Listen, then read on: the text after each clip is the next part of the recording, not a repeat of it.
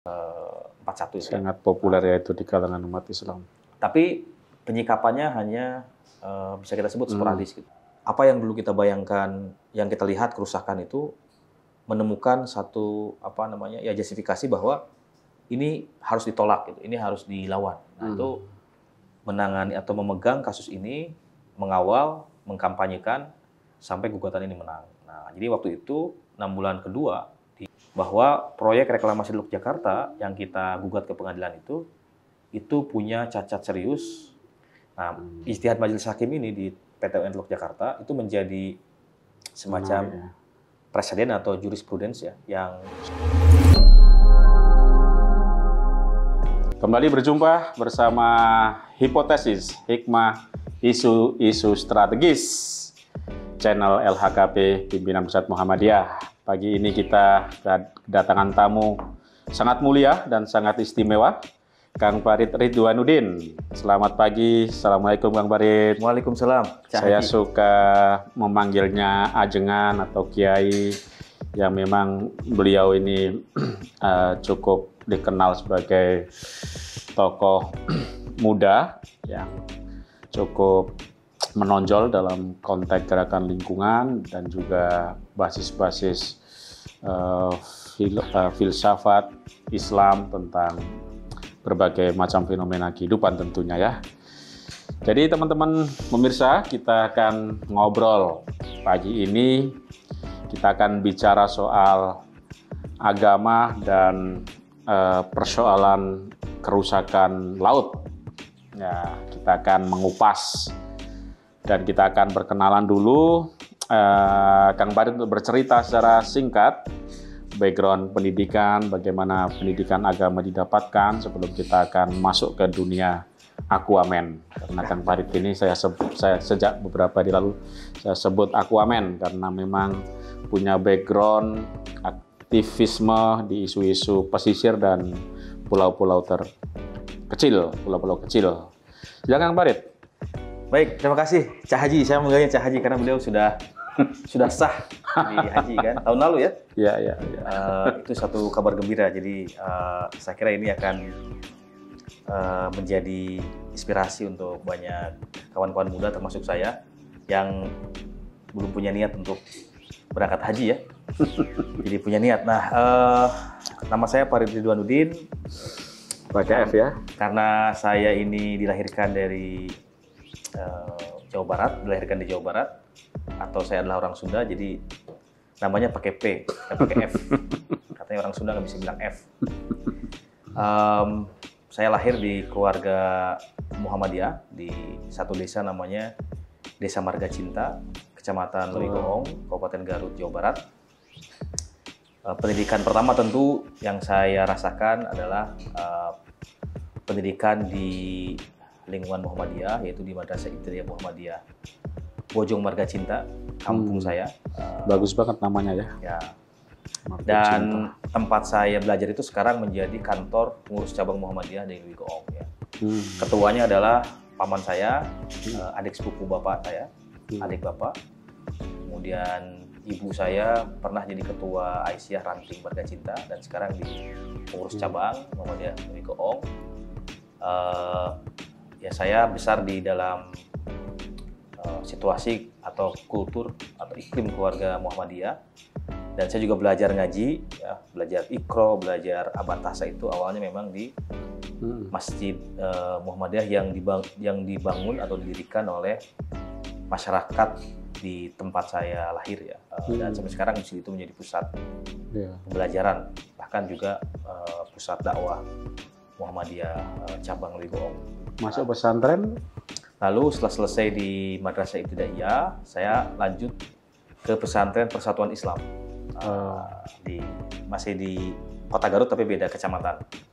Kalau saya lahir di Kecamatan Lewi Goong, saya pesantren atau nyantri kurang lebih 6-7 tahun itu di satu kecamatan namanya Terogong. Ini udah ada di pusat Kota Garut ya, Jawa Barat. Nah dulu sempat ada kegambangan sebetulnya, apakah mau dimasukkan ke Darul Arkom karena keluarga ya, paman di sana itu sudah lama menjadi pengajar ya, artinya ustadz di sana, dan beberapa alumni atau alumnus Arkom yang kita kenal itu santri-santrinya paman saya itu ada misalnya Kang Hilman ya, paman saya tahu sekali. Kemudian ada siapa yang sekarang jadi bosnya inilah.com ini, Fahad Pahdavi ya, terus dia cerita juga banyak alumnus Arkom tuh yang sebetulnya dekat dengan paman saya, tapi orang tua saya memilih untuk menyekolahkan ke pesantren Persis ya. Saya nggak tahu, sampai sekarang saya belum paham kenapa disekolahkan ke Persis, tapi saya kemudian jadi punya semacam referensi tambahan ya. Ternyata sebetulnya di Indonesia itu ada dua jenis gagasan dan gerakan Islam modernis, yaitu Muhammadiyah dan Persis. Tapi bedanya mungkin di Persis itu lebih banyak hanya di unsur teologis dan fikih, tidak masuk ke gerakan sosial, pelayanan publik gitu ya. Nah, tetapi di Muhammadiyah plus atau kekuatan lebihnya adalah yang masuk di wilayah-wilayah kehidupan publik yang lebih luas. Pendidikan, kesehatan, pelayanan masyarakat, bahkan sekarang misalnya sudah lebih jauh bicara soal isu lingkungan ya. Itu saya kira satu hal yang membedakan di antara Persis dan Muhammadiyah. Kalau setelah kuliah, setelah dari pesantren, Kang Farid, melanjutkan kemana? Setelah dari pesantren, dulu sempat diminta untuk bukan diminta, sebetulnya disarankan untuk melanjutkan ke Al-Azhar di Kairo. Bahkan orang tua juga maunya begitu. Tapi saya melihat mungkin untuk situasi sekarang relevansi pendidikan di Timur Tengah itu, kalau pulang ke Indonesia, gagasan-gagasan pembaharuannya gitu ya, dan pengembangan keilmuannya tidak terlihat. Itu dulu saya punya pandangan begitu, dan itu berbeda dengan orang tua. Jadi sedikit agak ngelawan tuh. Dan akhirnya saya memilih untuk tidak ke Al-Azhar, tapi Mudirul Am, pimpinan pesantren saya waktu itu, menyarankan saya untuk melanjutkan ke Universitas Paramadina di Jakarta, karena pimpinan pesantren saya waktu itu adalah salah satu tokoh HMI di nasional di kami, yang dulu merupakan juniornya Cak Nur. Jadi biasanya setiap tahun pesantren saya itu dapat surat dari Paramadina yang isinya menanyakan atau meminta santri-santri yang dianggap santrinya bagus-bagus ya, walaupun saya nakal, santri yang bagus-bagus, untuk disekolahkan dan diberikan beasiswa. Nah, saya termasuk salah satu yang direkomendasikan oleh. Jadi karena nakal itu harus diminta sekolah ya? Jadi mungkin karena nakal, jarang masuk, sering ikut pelatihan di luar. Tapi nakalnya itu istimewa bagi pimpinan pondok ya, bukan nakal yang ini nakal yang beda saya kira ya, bukan nakal dalam artian ya ini nakal tapi pinter, mungkin banyak akal mungkin ya. Ya mungkin ya banyak akal. Jadi mencari cara untuk tidak masuk, tapi dapat justifikasi bahwa tidak masuknya itu juga sama-sama belajar ya. Ada ustadz yang bisa menerima, karena ada beberapa ustadz yang punya latar belakang aktivisme dulu waktu masih muda, ada yang tidak punya latar belakang aktivisme. Nah, yang tidak punya latar belakang ini yang agak resisten. Lihat kita ini lebih mementingkan aktivitas di luar daripada sekolah di pesantren. Kalau S2-nya di mana ya? Nah, dulu ada cerita begini, saya lulus di Paramadina itu tahun 2010 S1. Setelah itu saya sakit agak lama tuh, sampai tidak bisa berjalan. Kurang lebih 2 tahun sakit. Tapi tidak bisa berjalannya itu kurang lebih 6 bulan. Sisanya saya berjalan seperti bayi yang baru belajar jalan. Jadi cukup lama. Kata dokter itu penyakit yang lahir karena pola hidup dan gaya hidupnya nggak benar. Nah, dulu saya memang sering banyak banget begadang waktu masa kuliah itu, kuliah sambil kerja, termasuk aktif berorganisasi di beberapa organisasi, sehingga dulu tidak memperdulikan kesehatan ya. Jadi kita gas terus gitu. Nah, kerasanya setelah seminggu setelah wisuda, saya wisuda tanggal 13 Februari 2010, seminggu kemudian saya ambruk, tidak bisa berjalan total kurang lebih 6 bulan. Nah, 6 bulan kemudian setelah itu baru kemudian bisa pelan-pelan bergerak, tapi memang harus misalnya pegangan ke tembok gitu ya. Jadi ini situasi yang pada masa itu saya tidak membayangkan akan mengalami seperti itu. Nah, di penghujung tahun 2012 masuk ke 2013 itu ada telepon lah dari dosen-dosen di Paramadina menawarkan untuk lanjut sekolah. Nah, saya sambut baik tawaran ini karena saya merasa ini cara yang baik untuk melawan sakit. Nah, sebelumnya waktu itu tahun 2010 sudah ada tawaran dari dosen-dosen yang ada beberapa peluang beasiswa di beberapa negara ya, ada Australia, ada beberapa negara terutama di Eropa yang dianggap waktu itu peluangnya besar. Tapi karena saya sakit, tidak sempat diambil pada tahun-tahun 2010. Nah, maka ketika tahun 2013 awal itu ditawarkan kembali, saya sambut baik, walaupun dalam situasi yang belum pulih total. Tapi saya memahami itu cara kita melawan sakit. Akhirnya saya ambil, saya daftar di program Pascasarjana Paramadina, jalan kuliah walaupun waktu itu masih perlu ditemani oleh orang tua saya, oleh bapak saya. Masuk kelas, terus kurang lebih 1 semester itu masih ditemani sama bapak saya di kelas. Tapi setelah 1 semester jalan, udah mulai bisa pulih, jadi saya nggak ditemani lagi di kelas oleh bapak saya. Jadi itu kalau ditanya dulu setelah dari pesantren, saya melanjutkan S1-nya di Paramadina, lulus tahun 2010. Kemudian karena sakit, kurang lebih 2 tahun, baru bisa mulai masuk 2013 awal di program Pascasarjana Universitas Paramadina dan lulus 2015. Tapi wisudanya 2016. Ya, Kang Farid kan dikenal anak-anak muda Muhammadiyah, pegiat-pegiat lingkungan sebagai aktivis lingkungan ya, dan saya lihat Kang Farid di Walhi itu sebagai program manajer atau ketua kampanye, nama istilahnya? Manajer kampanye untuk pesisir laut dan pulau kecil. Luar biasa. Sebelumnya saya juga baca Kang Farid di Kiara ya. Saya mau tanya nih, apa yang membawa Kang Farid masuk ke dalam dunia isu-isu lingkungan ini?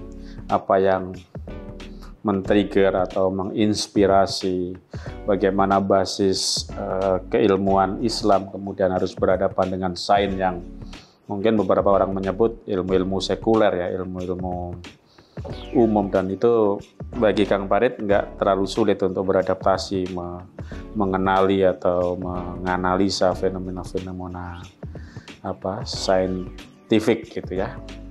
Mungkin diceritakan dulu apa yang mengilhami. Nah, ini pertanyaan menarik. Jadi sebetulnya kan saya mungkin seperti banyak anak-anak yang lahir dan tumbuh di pedesaan di Indonesia itu ya. Sebetulnya kan sejak kecil kita itu punya kemewahan dalam tanda kutip ya. Kemewahan itu artinya gini, kita itu dengan sangat mudah mendapatkan sumber pangan misalnya ya. Kita punya pekarangan rumah, punya kebun, punya sumber mata air yang sebetulnya itu harta yang sangat melimpah. Sebetulnya yang hari ini orang baru sadar bahwa itu yang banyak dicari sebenarnya. Jadi suplai pangan yang kita miliki sendiri, yang kita tanam sendiri, suplai mata air yang juga sampai sekarang masih melimpah, walaupun saya dengan sangat sedih banyak tempat di kampung saya itu hari ini terancam oleh ekspansi pembangunan infrastruktur ya, terutama tol Jawa bagian selatan yang akan tersambung ke Cilacap. Nah, sebetulnya kita punya pengalaman yang sejak kecil, punya pengalaman yang indah bagaimana relasi kita dengan alam sebetulnya. Jadi bangun tidur subuh misalnya, ketika kita berangkat dari rumah ke masjid dengan jalan kaki, itu kita menghirup oksigen dengan sangat leluasa, tidak ada halangan, tidak ada polusi ya. Nah, pagi-pagi kita minum air yang dimasak dengan kayu bakar, artinya itu lebih sehat ya. lalu juga kita makan makanan yang dimasak oleh orang tua, makanan yang dipanen dari atau dipetik dari hasil kita menanam di sawah, di kebun, di ikan di sungai, kemudian dapat ikan dari pesisir misalnya. Nah, itu pengalaman-pengalaman itu sebetulnya membentuk kita secara tidak langsung punya relasi yang dekat dengan alam. Nah, seiring dengan berjalannya waktu, ya kita keluar dari kampung untuk belajar misalnya di tengah kota, ya, di satu wilayah yang bisa dikatakan urban area urban di pesantren itu. Nah, mulai terlihat misalnya ada persoalan-persoalan yang mengganggu relasi kita dengan alam. Jadi waktu saya di pesantren itu, saya sering naik gunung hampir tiap minggu. Jadi liburnya hari Jumat. Nah, hari Jumat itu biasanya kita gunakan untuk mendaki gunung, tapi dengan cara lari dan jalan kaki. Jadi itu sekaligus olahraga. Itu gunung mana aja? Di sekitar pondok saja? Nama gunungnya itu di Garut ada tempat saya waktu sering mendaki namanya Gunung Guntur atau Gunung Citiis namanya itu. Jadi kalau ke kota Garut itu ada satu gunung yang kelihatan agak gundul, tapi sebenarnya itu nggak gundul karena dia ada ilalang. Sekarang gunung ini, atau sejak saya dulu sekolah di pesantren, itu gunung memang sudah dieksploitasi, pasirnya dikeruk. Ya. Kemudian sampai sekarang itu dieksploitasi ya, udah bopeng-bopeng, ditambang gitu.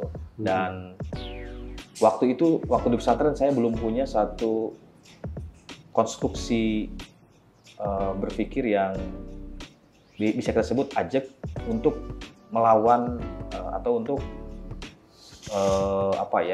mengkritik kerusakan sekaligus apa yang menjadi akar dari kerusakan. Dulu kita belum punya satu cara berpikir yang bisa kita gunakan gitu. Tapi kita sudah melawan dalam hati bahwa ini haram, kira-kira begitu. Kerusakan itu tidak boleh dilakukan. Tapi didiskusikan nggak di dalam dunia pesantren soal bagaimana pandangan Islam terhadap masalah-masalah lingkungan itu sudah pernah waktu jadi santri atau dikhutbahkan waktu Jumat? Kalau secara sistematis artinya jadi topik utama dalam diskusi ya itu saya belum melihat ya, tapi di dalam ceramah, di dalam khutbah itu ada pernyataan-pernyataan dari tokoh agama, dari guru-guru nyenggol bahasa sekarang ya. Menyinggung soal kerusakan dan selalu mengutip misalnya ayat Dhuharul Fasadu fil Barri Ar-Rum ya. Ar-Rum ayat 41 sangat populer ya itu di kalangan umat Islam.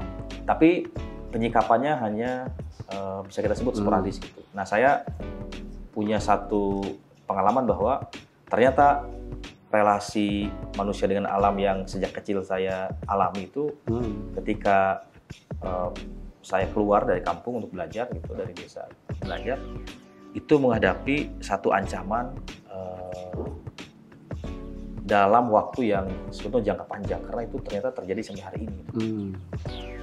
Eksploitasi gunung tempat saya mendaki itu. Nah, yang lain tentu kalau disebut apa yang memicu. Nah, ini yang menarik. Jadi ketika di pesantren dulu saya belajar agak serius ya, merasakan agak serius karena misalnya belajar bahasa Arab sampai bisa membaca Arab gundul ya, sampai bisa menerjemahkan, bahkan sampai dulu kita dilatih untuk meneliti atau mengkaji sebuah hadis ini statusnya sahih li dzatihi, sahih li ghairihi, hasan li dzatihi, hasan li ghairihi, atau mutawatir, atau status hadis itu apa. Jadi saat dulu waktu kita di pesantren diajarkan sampai punya kemampuan seperti itu tuh.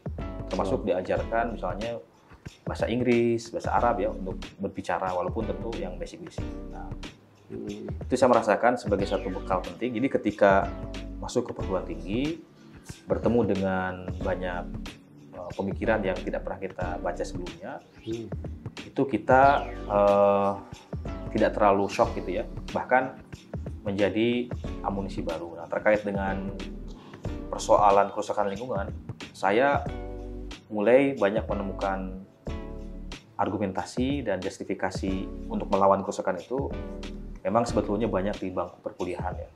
Jadi mulai membaca-baca buku-buku yang ditulis misalnya oleh para ahli ya, oleh para sarjana dulu. Nah, itu menjadi amunisi ternyata sikap kita yang menolak atau melawan kerusakan itu punya justifikasi, itu punya legitimasi. Nah, sehingga apa yang dulu kita bayangkan, yang kita lihat kerusakan itu menemukan satu justifikasi bahwa ini harus ditolak, ini harus dilawan. Nah, itu proses itu ketika di kuliah S1 ya, membentuk satu akumulasi pengetahuan. Nah, tetapi sebetulnya ininya momentum dapat momentum bagus itu ketika saya sedang menempuh pendidikan master kurang lebih tahun 2013-14 di awal masuk. Saya mulai banyak membaca, melanjutkan kembali bacaan-bacaan soal filsafat lingkungan, ya. Lalu juga soal teologi lingkungan, tapi tentu secara umum ya, belum masuk ke hal-hal yang detail. Jadi pandangan-pandangan dunia Islam soal lingkungan itu kemudian semakin kuat ditemukan ketika menempuh sekolah di pendidikan master. Nah, satu hal yang waktu itu saya cukup terbantu adalah dalam proses pembacaan itu saya menemukan satu tulisan tentang Said Nursi, ya, seorang ulama dan filsuf dari Turki. Dia lahir tahun 1900-an, 1984, terus meninggal tahun 60-an. Yang menarik, dia menulis kitab namanya itu Risalatun Nur, atau ada juga yang menulis judul itu Rosailin Nur, ya, risalah tentang cahaya. Nah, saya awalnya itu menemukan satu jurnal tulisan yang sebelum masuk ke bukunya itu, satu jurnal yang ditulis oleh Profesor Ibrahim Özdemir, ternyata beliau temannya Pak Amin Abdullah juga di Turki. Nah, dia menulis dengan sangat bagus tentang gagasan Nursi, terutama melihat persoalan lingkungan hidup, ya. Waktu itu bukan lingkungan hidup, melihat alam. Jadi dalam penghayatan seorang Said Nursi. Nah, itu saya baca. Nah, jadi ini blessing in disguise, ya. Kita nggak nyangka akan jadi berkah. Kemudian saya ketemulah orang ini, ketemu Profesor Ibrahim Özdemir di Turki yang menjadi pembimbing saya 2016 saat dulu menyelesaikan tesis dan diminta untuk bicara di forum internasional. Beliau adalah pembimbing saya saat menulis tesis. Nah, jadi apa pemicunya? Tentu kalau ditanya soal pemicu, ada pengalaman di masa kecil bahwa kita itu punya relasi yang indah sebenarnya dengan alam, ya. Alam diciptakan oleh Allah Subhanahu Wa Taala untuk manusia itu dengan sangat baik, sempurna, yang bisa mencukupi kita selama kita mengelola dengan penuh tanggung jawab. Tetapi ketika semakin luas kita melakukan perjalanan, menemukan banyak praktik-praktik kerusakan, dan tentu itu membuat kita resah. Ya, kalau pilihannya Kang Barit kemudian bergabung dengan Kiara itu tahun berapa dan apa yang mempertemukan itu? Jadi, apakah agama aja nggak cukup, kita harus punya tempat untuk bergerak lebih nyata, atau apa yang mendorong? Ya, nah dulu ketika saya menyelesaikan tesis sekolah di Paramadina itu, pulang dari Turki, itu saya berkontak dengan Sekjen Kiara waktu itu, namanya Mas Abdul Halim. Mas Halim sekarang lagi sekolah di Finlandia, di Universitas Jyväskylä, ya, lagi sekolah S3. Nah, dia ngajak saya untuk bergabung di Kiara. Saya melihat waktu itu ini ruang saya untuk belajar lebih jauh, terutama mengenai persoalan-persoalan empiris dan praktis, ya, terkait dengan isu lingkungan, terutama soal laut. Nah, saya melihat begini, kenapa itu saya terima? Karena satu, tentu butuh ruang belajar. Yang kedua, sebenarnya pertimbangannya adalah sejauh yang saya baca, kalau memahami pikiran-pikiran para filosof, para sufi, ya, para penulis soal lingkungan, terutama di Islam, itu masih sangat diwarnai dengan pendekatan bahwa bumi itu sakral, bumi itu hayat kauniyah, bumi itu, alam itu adalah manifestasi keberadaan Allah Subhanahu Wa Taala. Nah, lebih banyak penjelasan yang saya temukan itu berhenti di situ.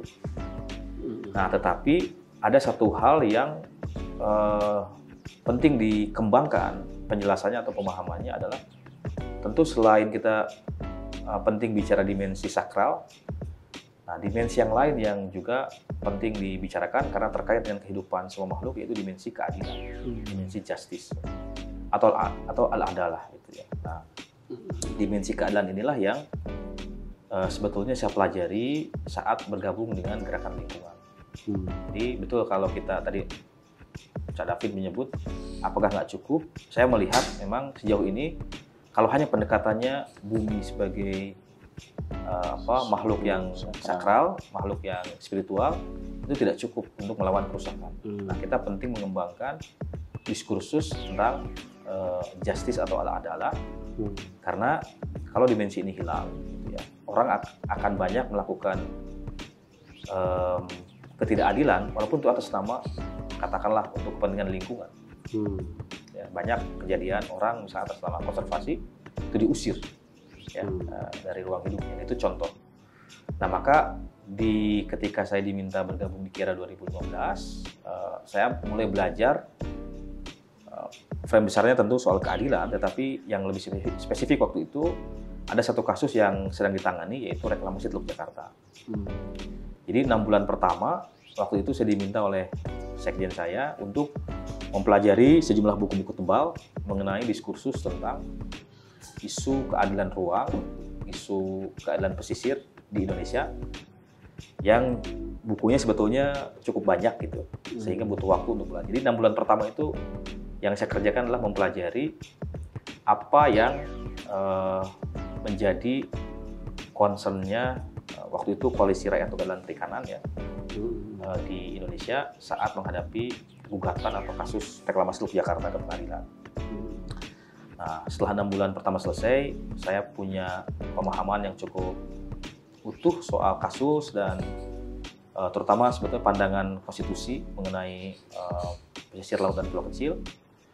Itu saya diminta oleh sekjen saya, Mas Halim, untuk menangani atau memegang kasus ini, mengawal, mengkampanyekan sampai gugatan ini menang. Nah, jadi waktu itu 6 bulan kedua di Kiara, saya bisa disebut sebagai the prominent spokesperson, jadi juru bicara utama untuk kasus reklamasi Teluk Jakarta, karena saya yang diminta mengawal, menghadiri perdebatan publik di media ya, berdebat bahkan dengan ahli-ahli lingkungan yang didatangkan pemerintah untuk mempersoalkan Teluk Jakarta. Nah, itu menjadi ruang pembelajaran. Kenapa? Karena saya melihat memang ada ketidakadilan di Teluk Jakarta waktu itu, di mana misalnya masyarakat yang sudah lama tinggal di pesisir di Teluk Jakarta itu harus kehilangan wilayah tinggal, ruang tangkap, bahkan dia harus melaut lebih jauh dengan ancaman gelombang yang tinggi, risiko kematian ya.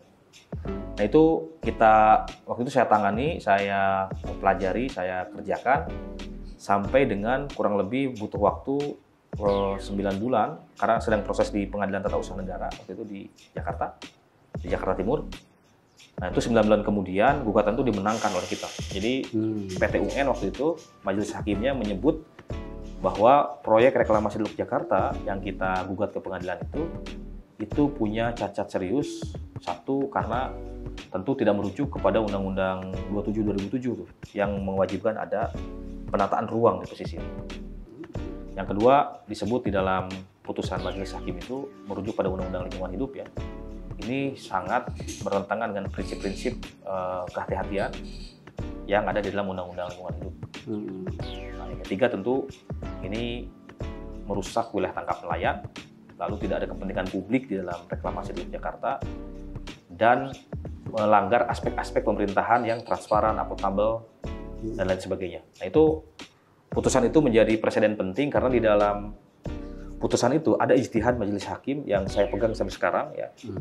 Nah, ijtihadnya itu begini, kata majelis hakim, in dubio pro natura.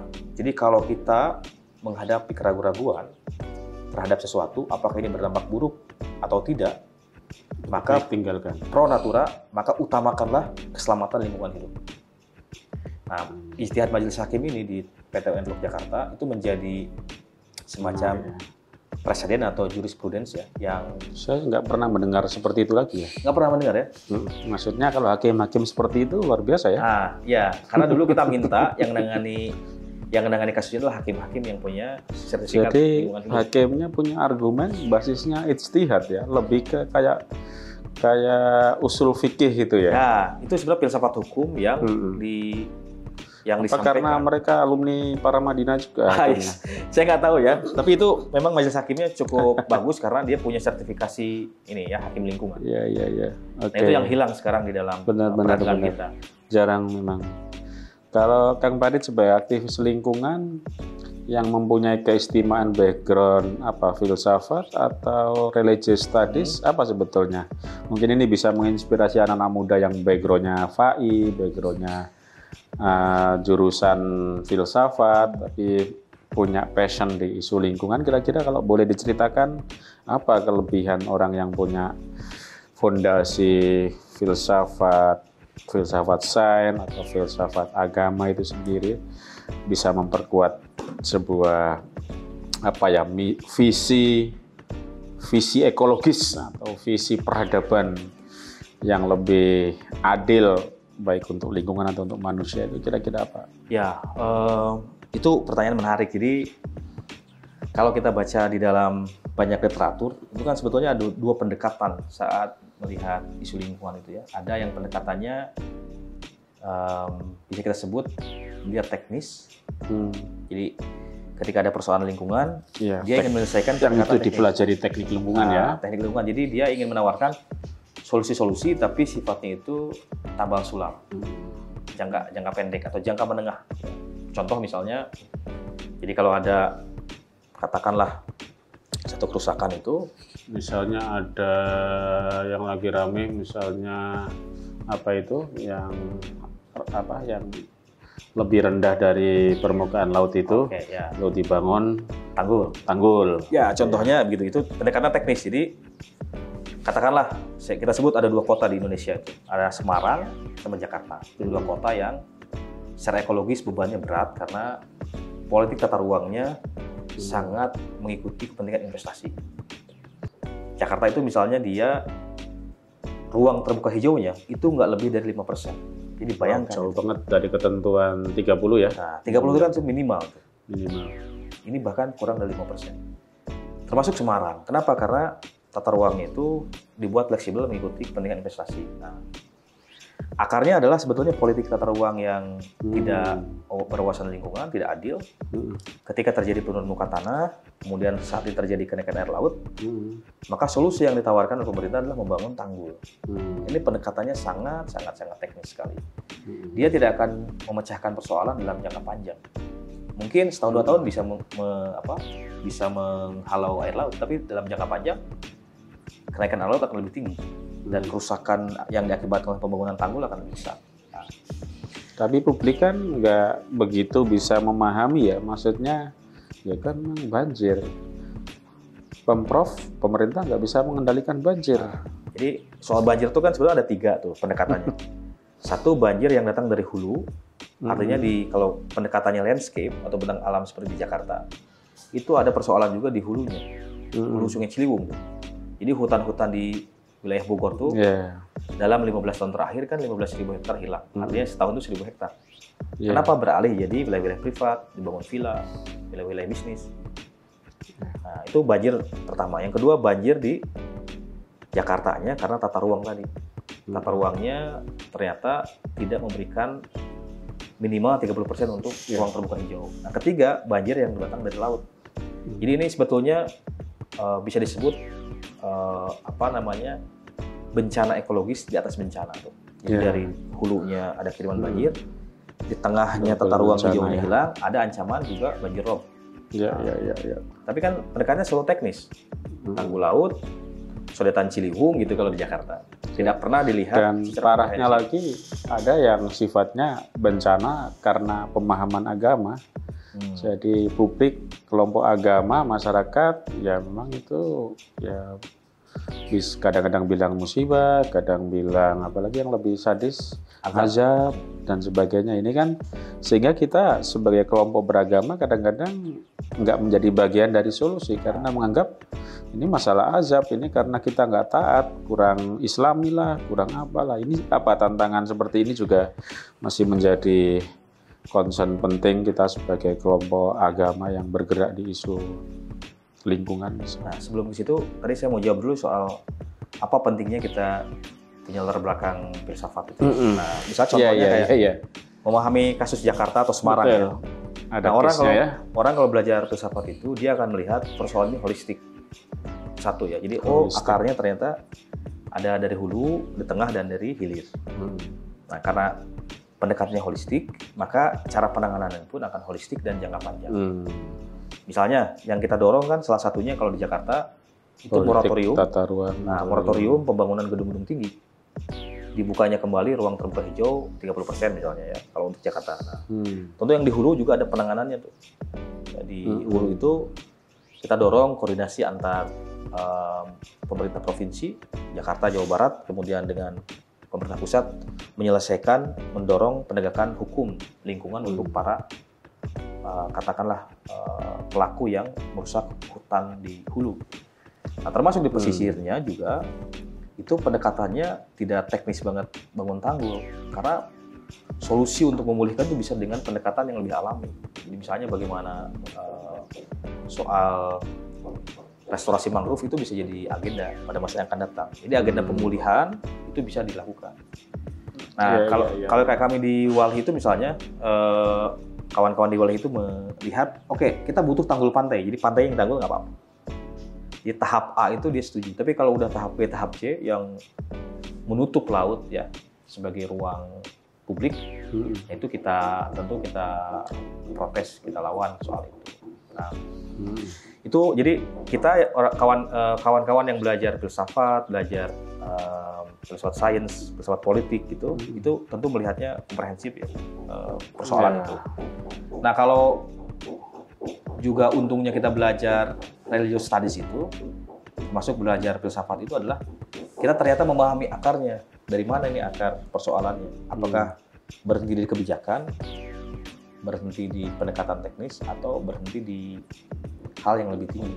Nah, ternyata kan kalau kita belajar filsafat itu, kita tahu bahwa ternyata di dalam mengelola sumber daya alam itu di Indonesia kan pendekatannya masih sangat teknokratis.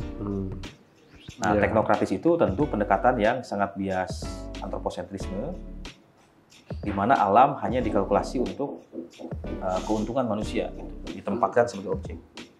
Dan tentu di dalam pendekatan pembangunannya akan sangat top down, dari atas ke bawah. Nah, orang yang belajar filsafat itu bisa melihat itu sebagai satu kesalahan besar di dalam pembangunan. Maka pendekatan teknokratis itu harus diganti dengan pendekatan partisipatif. Jadi ada desentralisasi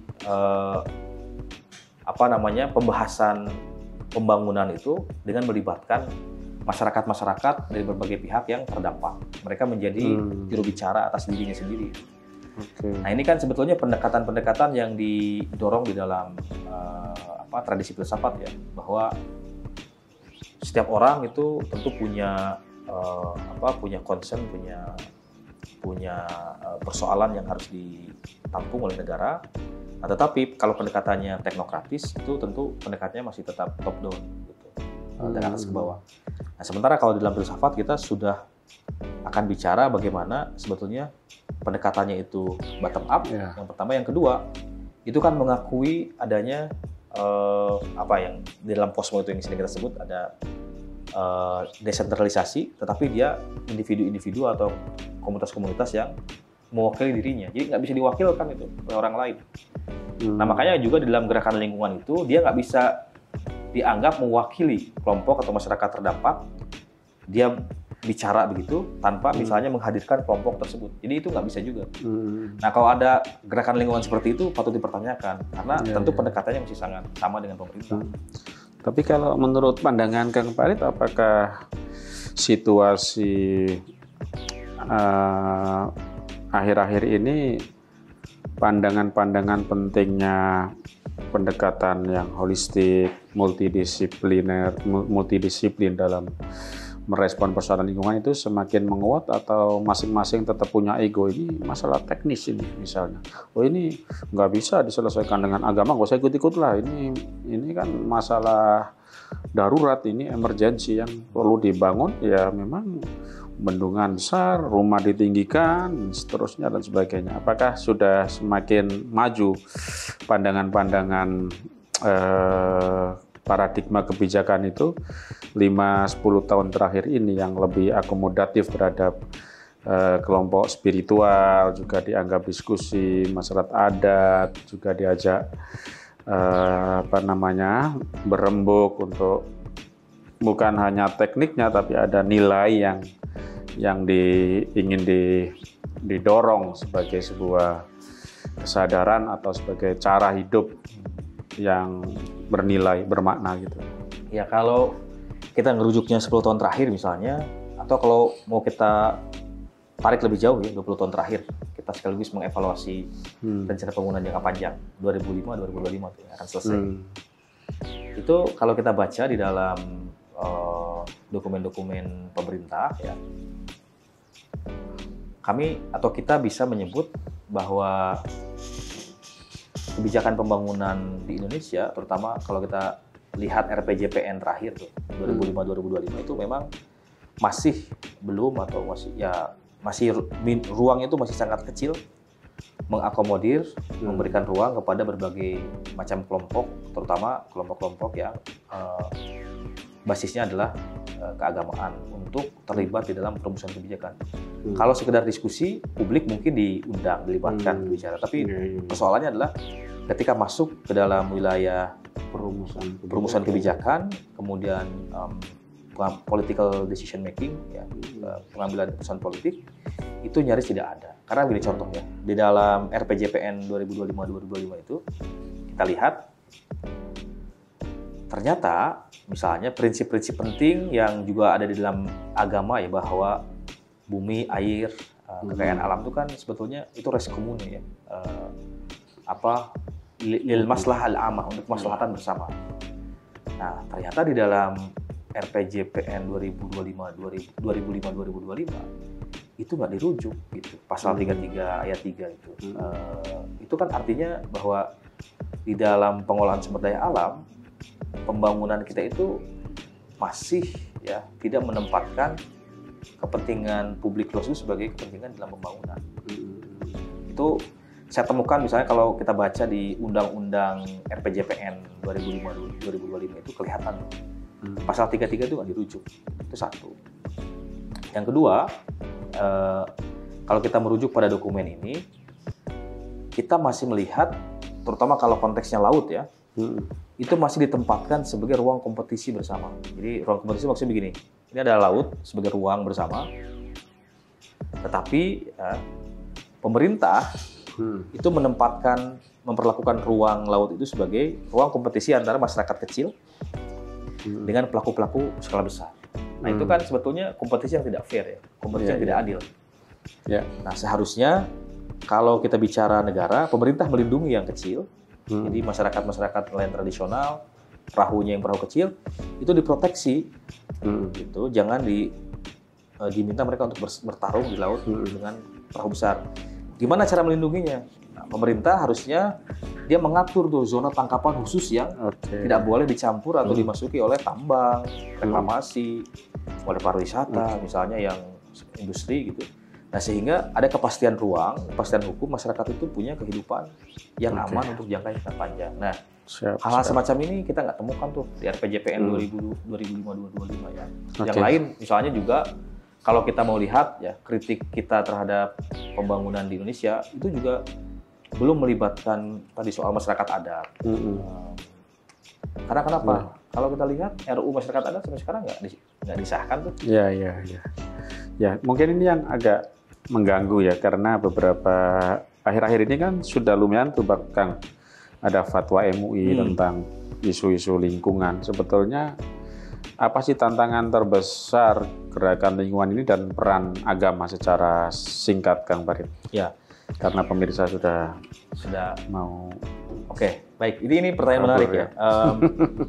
Nah, tentu kalau kita lihat, kalau bicara agama dan lingkungan, itu harus dilihat agama itu punya kekuatan besar ya untuk mendorong kehidupan yang lebih adil, yang lebih better, dan kalau kata orang sebelah sana itu better and more just, lebih adil ya. Lebih adil. Lebih adil. Nah, tapi tentu tantangannya adalah bagaimana agama itu terus dipelajari dan digali ya nilai-nilai ekologisnya itu, sehingga kita punya satu pandangan yang sangat komprehensif soal itu. Jadi juga ini tantangan bagaimana kita untuk terus-menerus mempelajari, mendalami, menghayati pesan-pesan agama itu, tidak berhenti hanya di misalnya yang sangat teologis atau hanya berhenti di pesan-pesan sosialnya, tapi bagaimana pesan-pesan ekologisnya juga kita dapat. Itu satu. Yang kedua, saya kira begini, di Indonesia itu ada tantangan besar ya. Tantangan besar itu begini.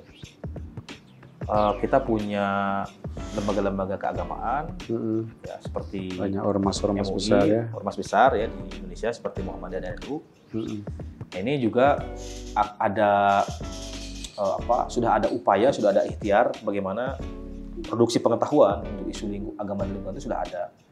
Nah, tetapi bagaimana kemudian membuat itu menjadi percakapan di masyarakat tingkat akar rumput, di tingkat jamaah, itu PR besar. Nah, yang ketiga soal fatwa MUI, sebetulnya sejak tahun 2011 ini yang kita pelajari, itu sudah ada kurang lebih 4 fatwa sebelumnya tentang lingkungan. Nah, terakhir yang kemarin 2023. Pertanyaannya so what setelah fatwa itu loh yang saya agak greget itu gimana gitu. Nah, sebetulnya sebelum ke fatwa itu juga penting dipertanyakan karena substansinya kalau kita baca dengan detail ya, fatwa-fatwa MUI itu banyak yang perlu kita kritisi dengan sangat serius. Misalnya ada fatwa MUI yang kurang basis empirik atau apa yang singkatnya Kang Farid? Misalnya gini, contoh ada fatwa yang judulnya itu adalah tentang pertambangan ramah lingkungan. Nah, itu kan seperti apa ya? Kayak kontradiksi interminis. Nah, itu kalau kata Ibnu Arabi istilah itu didul adidain ya, sesuatu yang bertentangan pada dirinya gitu. Nah, itu misal contoh. Saya pernah mengusulkan dalam pertemuan di Mesir itu di COP. Fatwa ini harus direvisi. Ini belum diekspor ini Kang Farid, perjalanan ke Berlin, sidang gugatan iklim. Kayaknya ini butuh seri kedua ini ya. Tapi nggak apa-apa, nanti kita akan ada next obrolan soal forum-forum internasional ya. Tapi mungkin Kang Farid bisa menutup 1 menit. Apa kira-kira pesan untuk aktivis muda, khususnya anak-anak muda Muhammadiyah yang masih menjadi bagian dari perjuangan-perjuangan lingkungan untuk bisa memperkuat begitu Kang Farid? Ya tentu satu ya, perjuangan lingkungan itu sebetulnya adalah bagian dari iman ya, kalau mau saya sebut begitu. Kenapa? Karena kalau kita merujuk pada ayat-ayat ya, pada hadis-hadis Nabi itu sebetulnya pesan keadilan sosial ekologis itu pesan utama dalam ajaran Islam. Jadi kalau kita baca di dalam Al-Quran itu banyak sekali, ini sering saya sebut di banyak tempat. Jumlah kata bumi itu disebut lebih dari 350 kali.